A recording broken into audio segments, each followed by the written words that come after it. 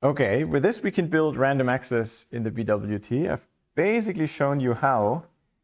What I didn't tell you is how to get this sorted D to use up less space. The way we described it here for the inverse BWT is not quite how you want to do it if you care about the space, because it would, for one thing, in the first column store the text symbols explicitly again, and then you need the second one is a lot of indices.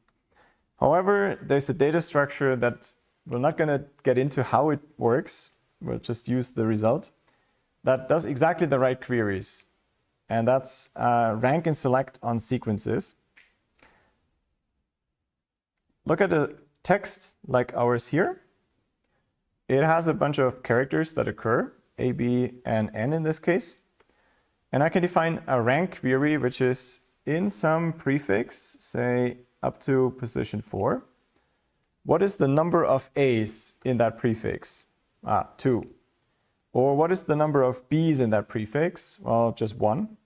And what's the number of N's in that prefix? Also 1. That's the queries I can ask. I can also do the kind of inverse query if you tell me I want A's, but I want the second A in the text. What's the position of the second A in the text? Then this entry tells me it's at position 3, which is here. Okay.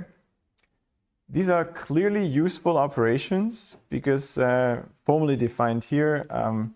I'll appeal to the example instead. We can use those to build the two operations to decode the BWT from just these rank and select operations. The second one is particularly easy. If you want the rth occurrence of a character C, that's exactly a select query.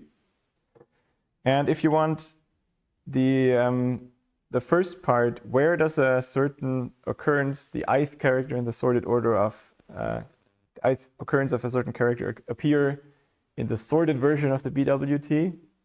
That's almost a rank query, but you have to offset it with all the characters that come before you in the alphabet. So formally you take, if you just need the character, you just need to find in this array that stores how many characters are alphabetically smaller than you, the right index. You can also get the actual occurrence of the character. We don't actually need that, that's right. We just need to read out the character in the sorted position. So if you can do rank and select on sequences, you can simulate what we've done with these sorted pairs, the sorted D.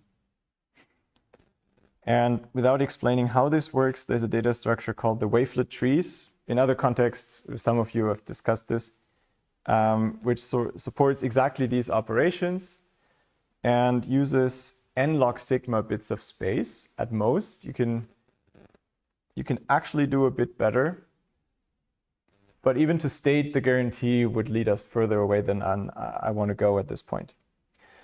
It happens to be possible with that data structure without extra cost to support precisely the queries we need. I don't need to do this offsetting trick here. You can also, for a character, define this sigma rank, which is the normal rank, but plus all the occurrences of characters that precede this character in the alphabet. So for all C prime less than C in the alphabet, you add how many occurrences they have in the total text. That turns out to be exactly what we need, and wavelet trees can support that essentially natively, if you like. So you don't even have to puzzle that together separately. Sadly, we'll have to leave it with a promise that this somehow works. If you want to see how, then you need to come back next term. Now I committed to doing that, I guess. We'll leave it for the rest of today with just this black box, that there's a magic way, the wavelet tree, to store a string, in our case, the Burroughs-Wheeler transform, that can answer these rank and select queries. The running time, by the way, is big O of log sigma. So if you think about a bioinformatics context, the alphabet will be small. Sigma is 4 or maybe 20 for proteins. And so this is really fast.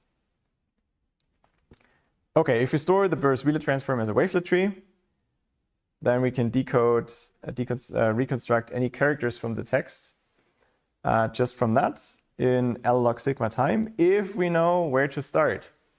So remember, we needed the rank array to do that. Now, if you invested all this effort to compress the BWT, you don't want to spend another n log n bits to write down this bloody rank array. But you can have a simple trade-off here that you only store every tth entry of the rank array. So you can reduce the space by a factor t and keep decoding for a bit longer. So in particular, you can, if you know you want to start at position I, then you can't get the suffix there, but you can start a little earlier, round down to the next nearest I divided t, and start decoding from there. There's going to be at most t characters that you decoded as extra effort, but then you can reduce the space. That's a simple trick to get some reasonable space, and this is a practical alternative that people use. With that, we have essentially a data structure that you could say is a locally decodable Burrs-Wheeler transform. We don't need the text anymore. We can reconstruct the text on demand whenever we need it. And you can use that wavelet trees can be further compressed, which again, I know in this context, I haven't told you how, and so you can just say, wow, okay, I'm going to believe this. That's all I can offer. See you next term if you want.